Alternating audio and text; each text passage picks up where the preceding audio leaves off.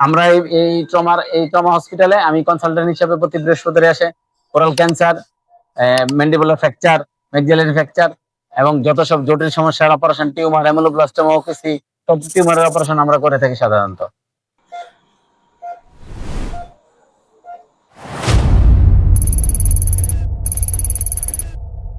আচ্ছা, আমি ডাক্তার মোহাম্মদ কামরুজ্জামান, সহকারী অধ্যাপক হিসেবে ওরাল এন্ড ম্যাক্সিলোফেশিয়াল সার্জারি বিভাগ, Shaheed Suhrawardy medical college and হসপিটালে কর্মরত আছি।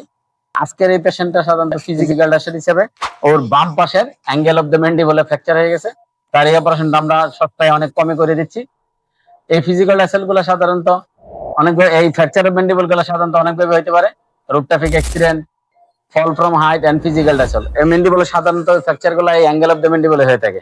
আমরা এই ট্রমা হসপিটালে আমি কনসালটেন্ট হিসেবে প্রতি বৃহস্পতিবার আসে oral cancer, mandibular fracture, maxillary fracture এবং যত সব জটিল সমস্যার অপারেশন, টিউমার, অ্যামুলোব্লাস্টোমা, ওকেসি, সব টিউমারের অপারেশন আমরা করে থাকি সাধারণত।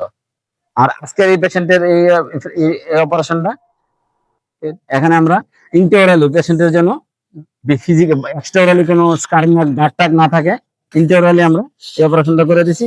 পেশেন্টের কোনো বাইরে দিয়ে কোনো বোঝা যাবে না যে আমরা এটা কসমেটিক্যালি অপারেশনটা করে দিয়েছি। এই যে দেখা যাচ্ছে ফ্র্যাকচার অফ দ্য ম্যান্ডিবল, এই যে স্ক্রু প্লেট লাগানো আছে, কোনো সমস্যা হবে না পেশেন্টের ইনশাআল্লাহ। এখানে ওর অক্লুশন, কামড় টামড় সব ঠিক আছে পেশেন্ট, একটা 3 দিন পরে সবকিছু খেতে পারবে।